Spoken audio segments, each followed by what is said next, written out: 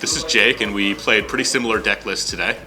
Wasn't really planned, we just kind of tested last night, and I ended up on Grixis Shadow with Luris, and Jake was doing a more control-y build, still with Luris and Snapcaster Mages.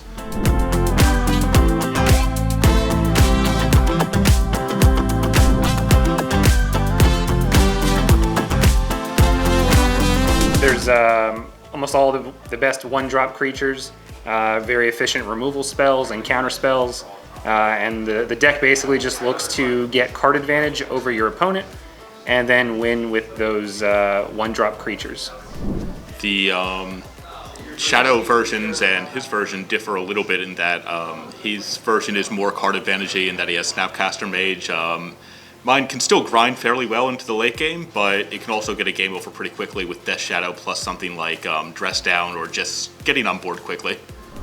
My favorite game of the day was against someone on 4-color control with Omnath.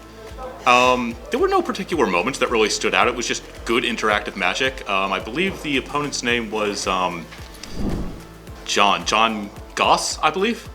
Yeah, but he played very well. Very interesting match, just a lot of interaction and back and forth, and it was a good time. I had an Infect player try to kill me with Infect damage, and I dressed down to make the creature lose flying and Infect, and I blocked, and that won me the game, actually.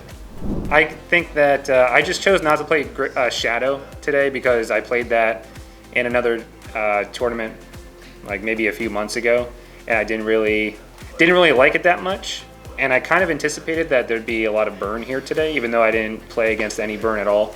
And it takes a lot of thinking to win those types of matches, and I just wanted a more control version of the deck, and I didn't want to have to worry about it. And with the printing of Solitude, I didn't want to get got by Solitude today, so I just chose to go with the more streamlined control version, and I got to play with my old bordered Torax, which is always a great time. Sweet card.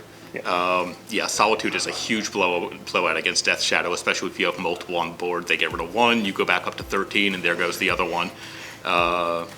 I would say that my deck is probably better at closing a game more quickly, but in general, what I like about my deck is you're not playing Dress Down at all, are you? I'm playing one Dress Down in the sideboard. One Dress Down in the sideboard. Yep, I get to play main deck Dress Down because you're playing Death Shadow, which can become a 13/13 regardless of your life total with Dress Down, or you can play Dress Down on their end step and then it stays in play for your own turn, and you can play Kroxa without escaping it and it just stays in play. Both of which have been, pretty good lines. Plus just having Dress Down randomly hoses things like Urza Saga and Elementals. And Elementals, so had a lot of interesting lines. Again, I picked up the deck very recently, but I really enjoyed navigating some of the more intricate play patterns.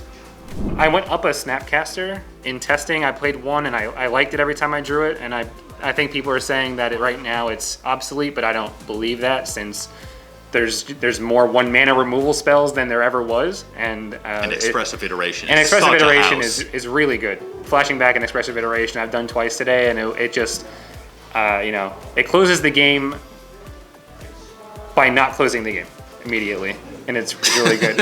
It puts your opponent in a bad place mentally, which is always a great feeling for you. It's just good at almost every point. It's good when you're trying to catch up. It's good when you're setting up your draws to find lands. It's good when you're ahead. It just buries them if you're ahead. So, yep. Fantastic card. And it's a flash creature, which you can just use to block a Dash Ragavan or something like that too. So, yeah a lot of upsides to Snapcaster. Yep. I think maybe the card's underplayed right now.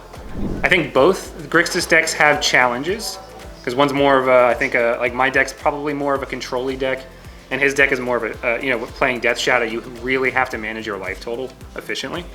So they both have their challenges, but if you like the idea of Death Shadow, then I think you should just play a Death Shadow deck.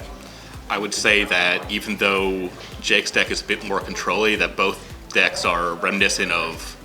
I feel like they're the spiritual successors to old school Jund, in that, they're mid-range decks that can grind with 1-for-1 removal and occasional 2-for-1s like Iteration or Kolikin's Command. It's a style of play that I think we both enjoy, just kind of grinding people into the dirt, and both versions of the deck were very good at that. Yeah.